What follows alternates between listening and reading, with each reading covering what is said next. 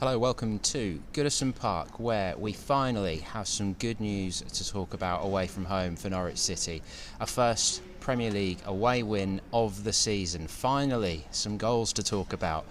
We haven't had them to talk about since the first day of the season in this very city, not far from here at Anfield. Of course, that was in a 4-1 losing cause to the European champions. Very different story here. Norwich beating Everton 2-0. And deservedly so as well. There were quite angry scenes at Goodison Park at full time. The Norwich fans started the chant sort of jokingly of you're getting sacked in the morning. The Everton fans took it on, and then there was some quite angry sort of rants, I suppose, directed towards what appeared to be the directors of Everton in the directors' box. They sort of made their feelings known because Norwich won this one deservedly. They could have actually won it by more. They're off the bottom of the table. Watford losing 3-0 at home to Burnley, so they've moved above them, a point above the Hornets, who of course won at Carrow Road 2-0 ahead of the international break. Southampton got a very creditable 2-2 draw at Arsenal, so they stay just above Norwich. But all of a sudden, the season just feels like it's been restarted, and these 3 points, it's so different to the Championship. Every win feels massive in the same way that every defeat feels huge, because you have so long to dwell on them in between. And we've just luckily been able to speak to a few of the players. Spoke to Todd Cantwell, who scored one of the goals, Sam Byram, who came in for Jamal Lewis at left back, and Tim Krul, who gets his second clean sheet of the season. And they were absolutely buzzing, as you can imagine. This has really set things up nicely for a run of fixtures that they could potentially get points from, that they will certainly hope to on the basis of this game. So just to take a little bit of a backward step, there were 3 changes, the big one being Christoph Zimmermann. We were expecting that ahead of kickoff, and he was fantastic, imperious. He really was so good aerially, as you would expect, but just in terms of organising, of leading. Ben Godfrey all of a sudden looked back to his best. We were seeing those diagonal passes across the pitch that we saw so often from those two during the second half of last season, out to the wings. Max Aarons looked freer on the right.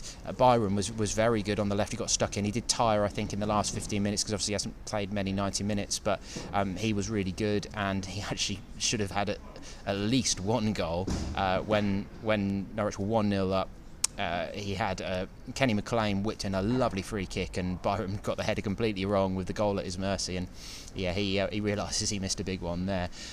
So Zimmermann came back into defence, and then you've got Tetty and Tribal as your holding midfielders. Kenny McLean was pushed into the number 10 role. I think we probably would have expected Mario Vrancic or Todd Cantwell was more likely to play there, and that meant Emi Buendia was dropped to the bench. Todd Cantwell started on the right, Onel Hernandez on the left, Pukki through the middle, as you would expect. And Norwich were the better team. They deserved to probably be in front at the break, but they weren't. They were still 0-0. One superb save from Jordan Pickford after McLean had slipped Onel Hernandez into the right channel, and Hernandez put his foot through the shot, advanced into the box, advanced into the space, and it was almost like a penalty save in the end. Pickford did really, really well to defy Onel at that point. So there were boos at the half-time whistle. The Everton fans already weren't pleased with what they'd seen, but within 10 minutes they certainly weren't happy. As you see, the Radio Norfolk boys are leaving behind us, Chris Gorham and Rob Butler, off on the long trip home. Todd Cantwell was the man that scored the goal, but it was Zimmermann that sparked the move with a long ball forward. McLean, he's quite underrated in the air, and I have spoken about that before, particularly of defensive headers. He quite often is the man who's winning defensive headers, but he nodded it on to Pukki, who played Cantwell through clean on through against Jordan Pickford, and then stays really calm, bottom right corner, tucks it away, lovely finish, and that's Norwich 1-0, and this place very, very uneasy. They had been in better form recently. They had stabilised a bit. They'd drawn their last home game here, 1-1 with Tottenham, and then they had sort of ground out a 2-1 win at Southampton ahead of the break, so they were hopeful that they were moving in the right direction, but things have taken a big backward step for them. As I say, Byram missed a header to make it 2-0. He also, Seamus Coleman had come off the bench and made a fantastic block to deny a shot from Byram as well. But the second goal came from, finally, we've been sort of talking about it, or I certainly know Norwich fans have sort of joked about this for a long time, that Srebeni at some point is going to score a big goal. I know that for quite a while people were saying that he was going to be the man that would score the goal that would seal promotion at the end of last season. Hadn't scored for a long time. Of course, this was only his 4th goal for the club. Emi Buendia did come on with, I think it was 15 minutes remaining for Todd Cantwell. Who his ankle was in a boot at the end, but he assures us that was just sort of precautionary. I think he just rolled it a little bit. And Buendia did some good things. There were a couple of defensive moments that I'd imagine Daniel Farke will be mentioning again, where he tried to sort of play out from the back, which clearly in the situation, given that he'd been dropped because of that sort of defensive liability, was not a risk he should have been taking really. So he got away with that one, but he then set up Srebeni for the goal. He sort of bundled the ball through a little bit into the box, and then Srebeni was being really heavily tugged back by, I think it was Yerry Mina, and it possibly would have been a penalty had Srebeni not shrugged him off and then poked the ball under Jordan Pickford. Also at the same end as the away fans, who went absolutely mad, as you can imagine, after such a drought away from home to get 2 was pretty epic, and the smiles from the Norwich fans, from the Norwich players as they came out of the dressing room. Stuart Webber, Delia, Daniel Farke are all there, really buzzing, really pleased with their work. And one of the things that hopefully some of you will have got the chance to read my column in today's Pinken or online at pinken.com, and the thing that I'd said that we needed to see more of was a nasty streak. We needed to see them be more committed defensively, and we definitely saw that today. Zimmerman set the tone again, how important he is to Norwich. This is a man making his 2nd Premier League appearance, 2nd top flight appearance of his career, and it was because of Cantwell losing the ball with Aaron's overlapping, but Zimmerman made sure to get Richarlison down one way or the other, take the yellow card about 20 minutes in, and that's the sort of thing that has been needed.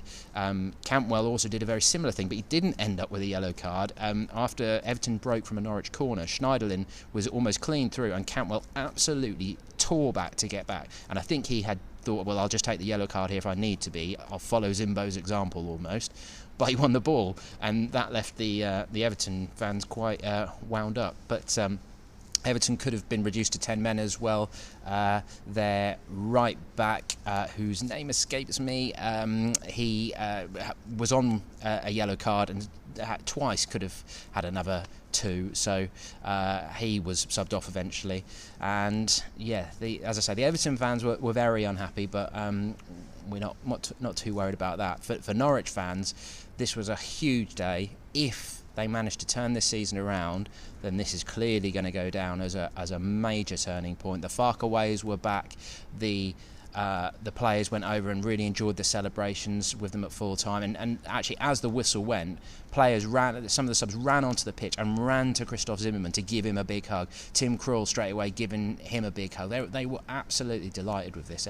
A massive clean sheet to keep against, an Everton squad which is packed full of really, really good players, but who didn't seem happy at all today. They strangely sort of sat off Norwich and didn't press them, which seems like a lack of homework, because if you watch the Norwich games recently, if you get in their face and you really don't let Norwich control possession, then you've got a pretty good chance of ruffling their feathers. But that did not happen today. They were controlled, they were calm, and their confidence just seemed to burst back for them. So a potentially massive day in this Premier League campaign. At home to Arsenal next Sunday, and then a trip to Southampton. Both of their managers are under heavy pressure.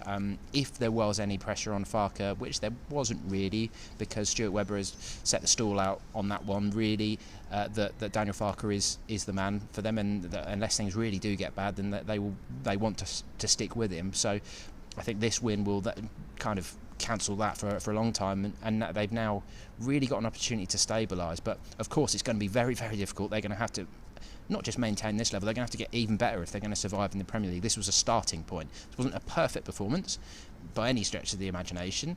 There were still opportunities for Everton.